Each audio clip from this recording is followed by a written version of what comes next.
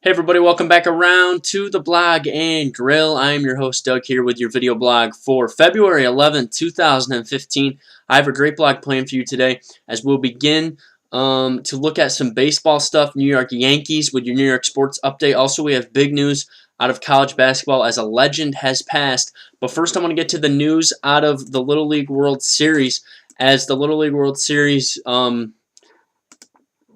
governing body has decided to strip the title of Jackie Robinson, Chicago West, and the coach has been suspended.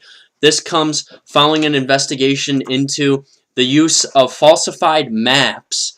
So there was falsified maps used basically so team officials could go out and recruit players. Okay, so the coaches went out of their specific boundaries and recruited areas and brought in players to fill those positions for them.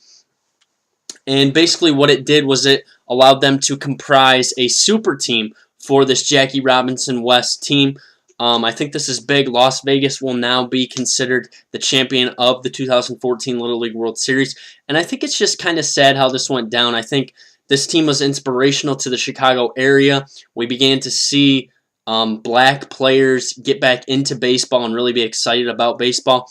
And now I think this could leave a stigma on the Chicago area and on this Jackie Robinson team and really kind of maybe not move the needle or move the progressive baseball ahead in this situation, okay? I think it could be a bigger issue culturally now. We could see this affect teams in the future. And with this team being stripped of the title, this is the first time in quite a while a team has had something vacated.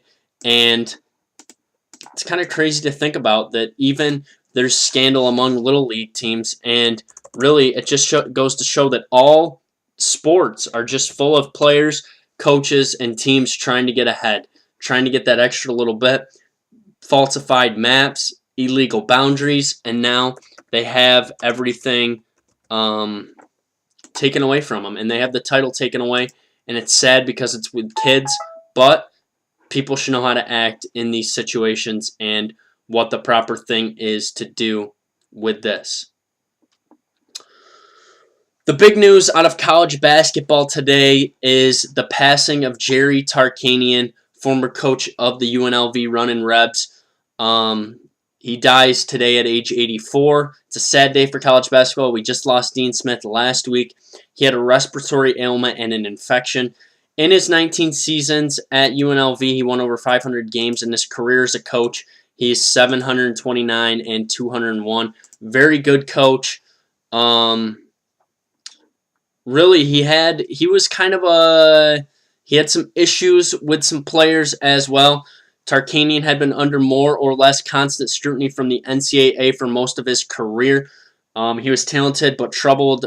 He brought in troubled point guard Lloyd Daniels, who just months before he was due to come to campus, he was caught buying crack cocaine from undercover police.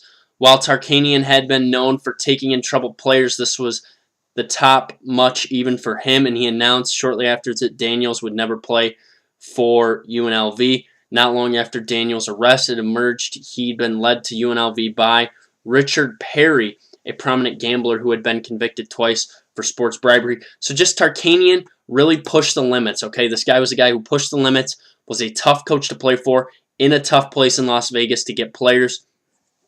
And it just came down to the guy pushed the envelope. Very good coach, won a national title. Very impressive. I like Jerry Tarkanian. I thought he was a very good coach, very smart basketball mind. Went on to coach at the Spurs and also at Fresno State. So Jerry Tarkanian, a legend of the game, a guy known for pushing the envelope, and just what we continue to talk about all the time. We've talked about Pete Carroll pushing the envelope. We've talked about Belichick and Brady pushing the envelope. We've now talked about the Little League World Series, and now we talk about a legend who passes, Jerry Tarkanian, who pushed the envelope once again. Another mock draft has been released, and I just want to talk about 3 players in this mock draft. And the first one I want to talk about, this is Mel Kiper's 2.0. He has Jameis Winston going as the top overall player, and Marcus Mariota, following his performance, falls to number 6. I don't think that's too far off what I think will happen.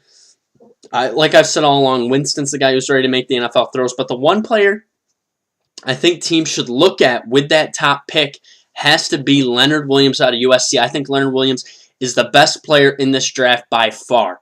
He is the best player in this draft, the best NFL prospect. He will be a defensive end in the National Football League for the next 10 years, and he is going to put up some good numbers, and he will be a force on that defensive end. A big guy, 6'6", 290, just gets it done on the defensive end. He's very quick, so he's the player I'm going to be watching coming out of this 2015 draft.